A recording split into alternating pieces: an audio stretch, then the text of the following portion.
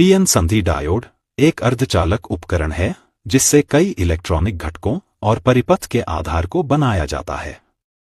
इसको बनाने के लिए दो अलग अलग प्रकार के अर्धचालक पदार्थों का उपयोग किया जाता है, उदाहरण के लिए पी प्रकार अर्धचालक या एन प्रकार अर्धचालक। पीएन संधि डायोड इलेक्ट्रॉनिक्स में महत्वपूर्ण भूमिका निभाते हैं। चलिए पीएन संधि डायोड को विस्तार में समझते हैं। पीएन संधि डायोड को समझने के लिए पहले हमें अर्धचालक के मूल सिद्धांतों को समझना होगा। अर्धचालक के मूल और उसकी कार्यप्रणाली विस्तार में समझने के लिए अर्धचालक से संबंधित हमारा वीडियो जरूर देखें, जिसका लिंक इस वीडियो के विवरण में दे दिया गया है।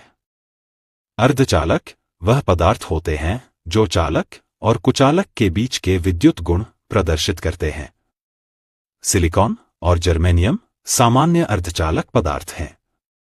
अर्धचालक में परमाणु क्रिस्टल जालक संरचना में व्यवस्थित होते हैं और उसके बाह्यतम इलेक्ट्रॉन शिथिल रूप से बंधे होते हैं, जिससे कि आवेश आसानी से प्रवाहित हो सके। पीएन संधि बनाने के लिए अशुद्ध अर्धचालक का उपयोग किया जाता है, जिन्हें बाह्य अर्धचालक कहा जाता है। ये मुख्य रूप से दो प्रकार के होते हैं, पी प्रकार अर्धचालक और एन प्रकार अर्धचालक। पी प्रकार अर्धचालक। पी प्रकार अर्धचालक में कुछ परमाणुओं को त्रिसंयोजी परमाणु से बदला जाता है। इस त्रिसंयोजी परमाणु को अशुद्धि परमाणु कहा जाता है।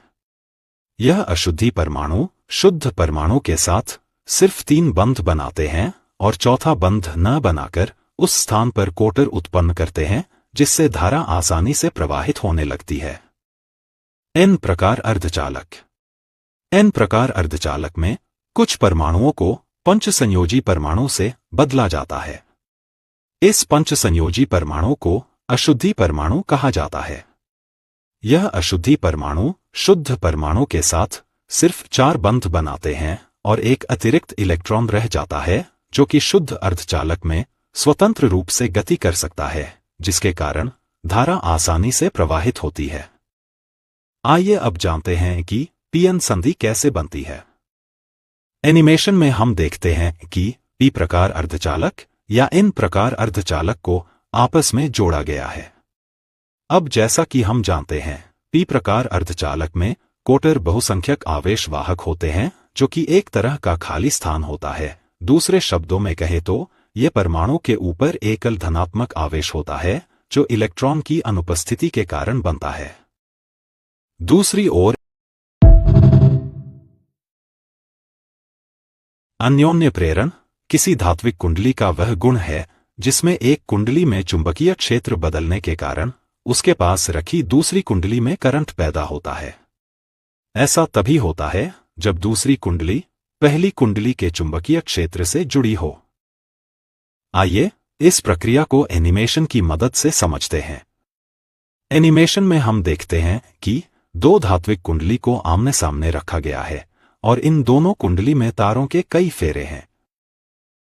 पहली कुंडली को एक प्रत्यावर्ती धारा स्रोत और स्विच के साथ श्रेणी क्रम में जोड़ा गया है। दूसरी कुंडली को इसे एक अमीटर के साथ जोड़ा गया है ताकि हम करंट को माप सकें।